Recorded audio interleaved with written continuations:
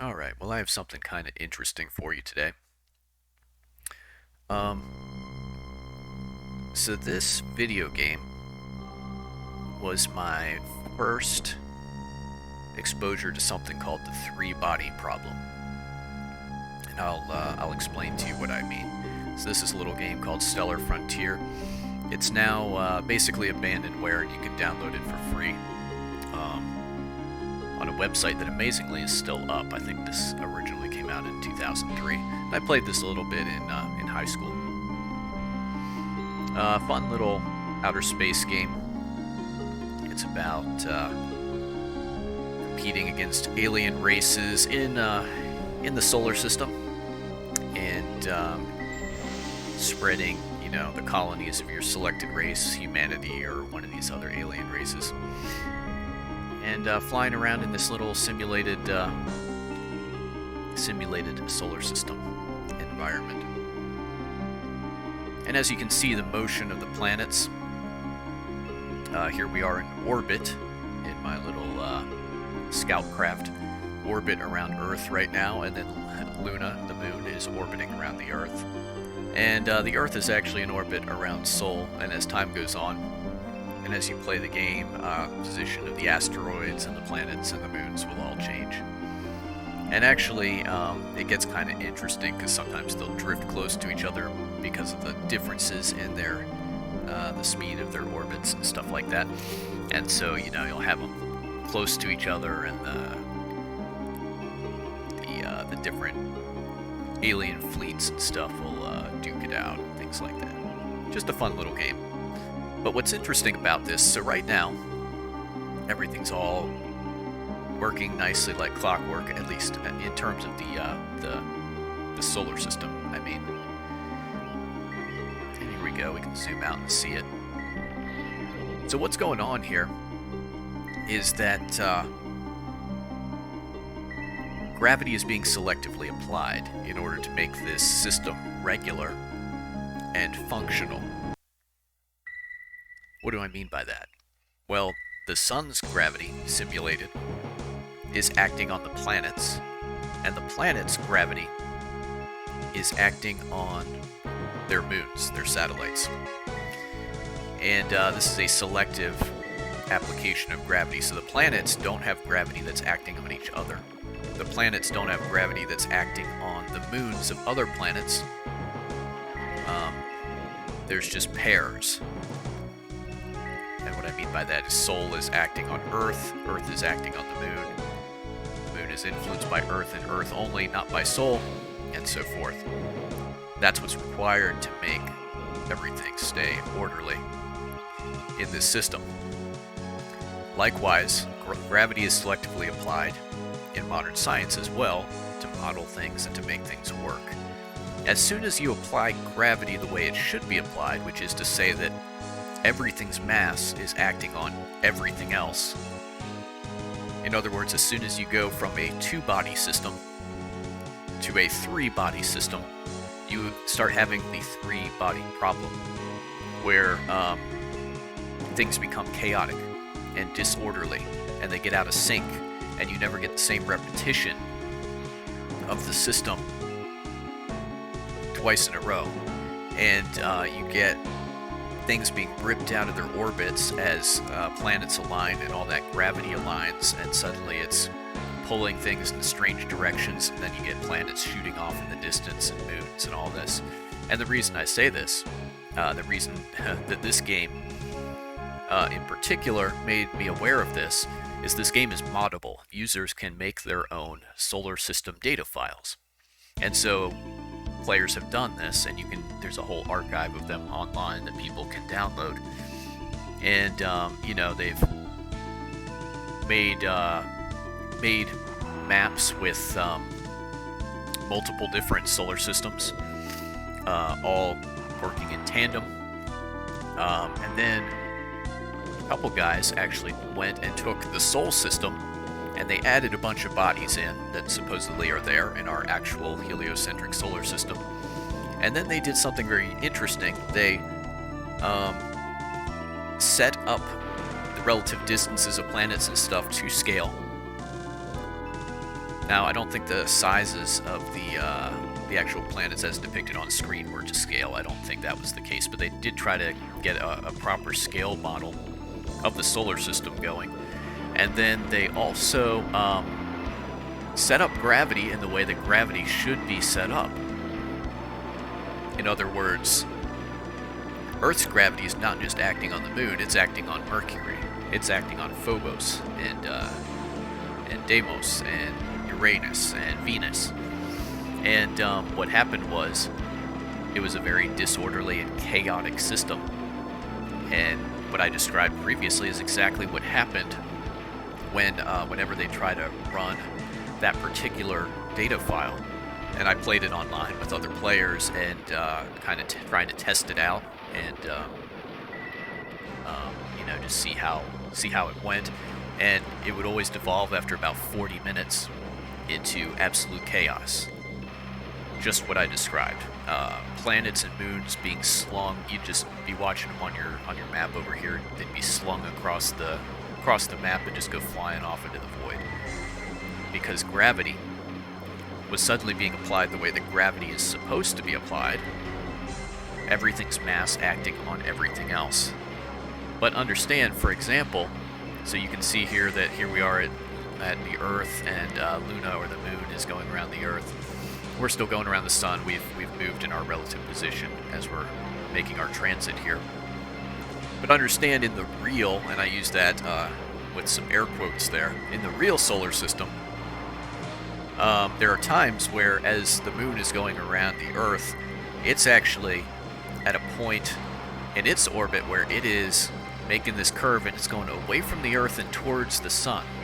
At that moment, the sun's gravity should capture it and rip it away from the Earth, and it should just be gone.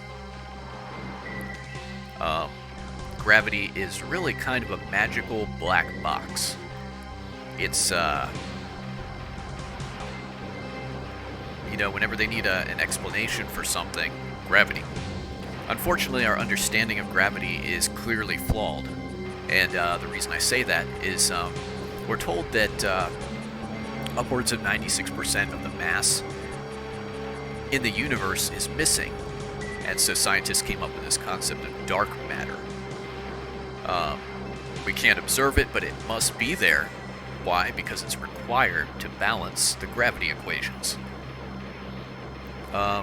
There's an easier explanation for what's going on, instead of creating this mystical dark mass that's a completely unscientific concept. Remember that science has to deal with phenomena that are observable, measurable, repeatable, testable. Dark matter certainly is not. It doesn't exist. But it's necessary to balance the flawed gravity equations. And that's why physicists today say that dark matter must exist, because they will not question the validity of their gravity math. That's a god, an idol that they just will not topple. And so they're resorting to more and more ridiculous concepts like dark matter to make this fake system work. So I'm going to go ahead and close out of this. All that background noise is starting to drive me a little crazy. I hope it's not been too distracting for you guys, but I just wanted to illustrate that three-body problem that I mentioned.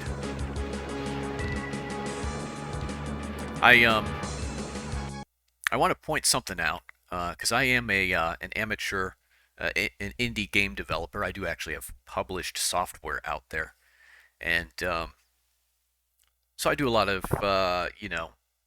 math and stuff for programming and working with graphics and stuff like that. I'm not a particularly great graphics artist, as illustrated by my quick little diagram here, but I just want to point out that motion, and we're not talking about the shape of the Earth at all, but motion can be modeled in different ways, and it is modeled in different ways on your screen. For example, in that game I just showed you, Stellar Frontier, the center of the screen was the player's ship. Everything is modeled relative to the player's ship from the player's perspective. Is the player's ship the center of the universe? No. That's just the perspective that is most useful for the player to have when playing the game. And there's other games where you can switch between units, switch between vehicles or whatever that are all in play at the same time, and see things from a different perspective. If you're a gamer, you know exactly what I'm talking about. It doesn't mean that you're suddenly changing this character over here to the center of the universe. It just means now that you're seeing things from their perspective. But it doesn't change the orientation of the greater universe as a whole. So understand that Einstein's special relativity. Um, well, first, let me say this. I have a little interesting book. I believe it was published in the late 1940s, but it's just a selection of science writings, Western science. So there's stuff in there by Copernicus, there's stuff in there by Tycho Brahe, um, and so forth. Discoverers from all different fields, and it's been a fascinating read because I'm very interested in the knowledge system that people had in the past. And what's fascinating about these guys and their writings is that they still held to some archaic ideas, and their writings indicate that there were completely different belief systems before them, and they were kind of wrangling some of these ideas out. And some of the ideas that they were wrangling were basically relativity. So that was not something that Einstein just came up with on his own. For example, one of those astronomers that I mentioned talks about a previous Greek philosopher who mentioned that when the sailor sails away from the shore, it appears that the coast and the cities are moving and not him. But in reality, of course, the sailor on his ship is the one in motion, and the shore and the cities are stationary. And likewise, Martin Luther um, has a very interesting quote, um, which in which he mentions that astronomers are constantly coming up with new systems of thought because in order to be relevant, they have to tear down old systems of thinking and create new ones. And he said that sometimes these new ones have no adherence to reality.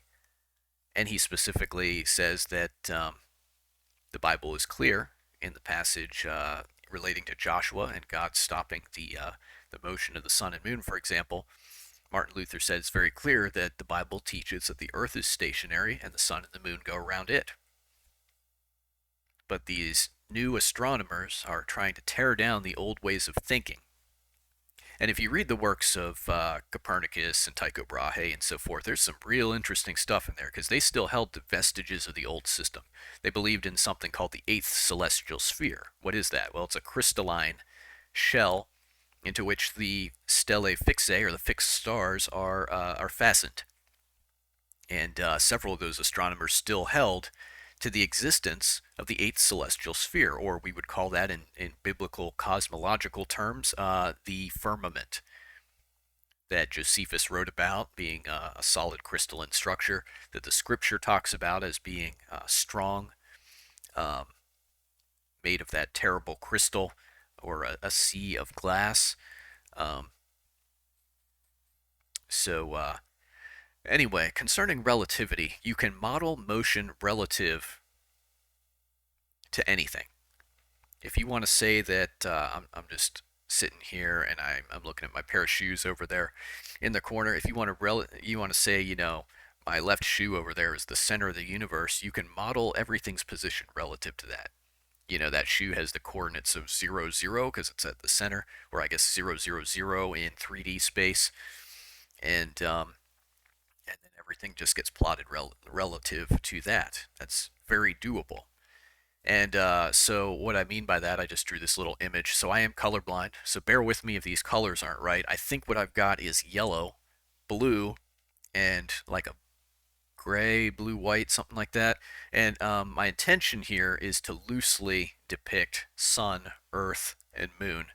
But we could really just call these bodies A, B, and C. So we can model the relative motion of these in numerous different ways. We could say that this body here, our big yellow guy, is in the center, and then that the blue is going around the yellow, and then the white is going around the blue. We're modeling everything relative to the big yellow guy. Or we could shift things, and we could say, well, okay, the blue isn't moving. The white is going around the blue, and the yellow is going around the blue. Or we could shift it again and even say that this guy's in the middle and the blue's going around it and the yellow's going around the blue. You see what we've done? We've just described these different systems of relative motion. That's all we've done. But the reality is the motion we're describing is the same in all those cases, and none of those systems, as compared to each other without some further information, really tells us which of these bodies is fixed and which are moving. And that actually is the entire point of Einstein's special relativity. It cannot say what's moving and what's not moving. It's just saying that it's all relative to each other. And there's a lot of people that say that that doesn't matter. But then in the same breath, or not too long after, they use that entire philosophy or system of thinking to tear down the Bible and what it says about the earth being fixed and the center of creation. Even though, really, if we're being honest about it, special relativity can't disprove that biblical narrative that the earth is fixed and it doesn't move. It's established in her place. Let me read something for you. And like I said, Einstein was not an original thinker when it came to that. Thinkers going back thousands of years were contemplating this idea of relative motion. Einstein just popularized it, but he was borrowing thoughts from previous greater minds than his own. All right, but let me read this for you. So this is Conversations About Science with Theoretical Physicist Matt Strassler. I'm going to read the article in its entirety. Sun around the Earth or Earth around the Sun? Did Einstein say it's all the same? We're all taught in school that the Earth goes around the Sun, but if you look around on the internet, you will find websites that say something quite different. There you will find the argument that Einstein's great insights imply otherwise, that in fact the statements the Earth goes around the Sun and the Sun goes around the Earth are equally true, or equally false, or equally meaningless. Here, for example, is this statement, as written in Forbes by Professor Richard Muller at the University of California, Berkeley. It opens as follows. According to the general theory of relativity, the sun does orbit the Earth, and the Earth orbits the sun. I invite you to read the rest of it. It's not long. What's his point? In Einstein's theory of gravity, or general relativity, or sometimes called special relativity, time and three-dimensional space combine together to form a four-dimensional shape called space-time, which is complex and curved, and in general relativity you can choose whatever coordinates you want on this space-time. So you're perfectly free to choose a set of coordinates according to this point of view, in which the Earth is at the center of the solar system. In these coordinates, the Earth does not move and the Sun goes round the Earth. The heliocentric picture of the planets and Sun merely represents the simplest choice of coordinates. There's nothing wrong with choosing something else as you like. This is very much like saying that to use latitude and longitude on the Earth is just a choice. I could use whatever coordinates I want. The equator is special in the latitude-longitude system since it lies at latitude 0. The poles are special too, at latitude plus 90 degrees and minus 90 degrees, but I could just as well choose a coordinate system in which the equator and poles don't look special at all. And so, after Einstein, the whole Copernican question, is the solar system geocentric or heliocentric, is a complete red herring, much ado about nothing. As Muller argues in his article, the revolution of Copernicus was actually a revolution in finding a simpler way to depict the motion, not a more correct way. Well, is this true? If not, why? Comments are open. So here's my thought on this. This is a bunch of 1984 doublespeak. Finding a simpler way to depict the motion, not a more correct way? Are we seeking truth, or are we seeking simplicity? Science should be about seeking truth. It should be about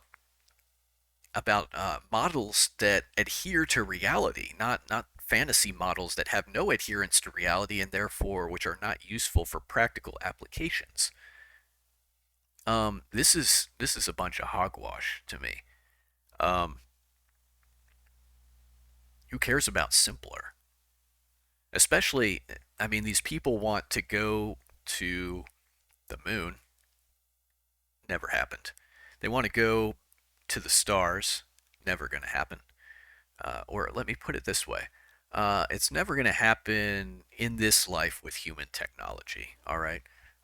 Once this life is over and we pass into eternity, all bets are off. I can't say what the creator is going to do from there, or what things will be possible or won't be possible. But um, the Earth goes round the sun, and the sun goes round the Earth are equally true, or equally false, or equally meaningless. Rubbish. Rubbish. Nonsense. This is unbiblical rubbish. Um, no, sorry. As someone who does believe in absolute truth, um, and a creator who's the author of absolute truth, this is nonsense. And I hope you can see that it's nonsense. It should be pretty clearly nonsense to you if you are a thinking person.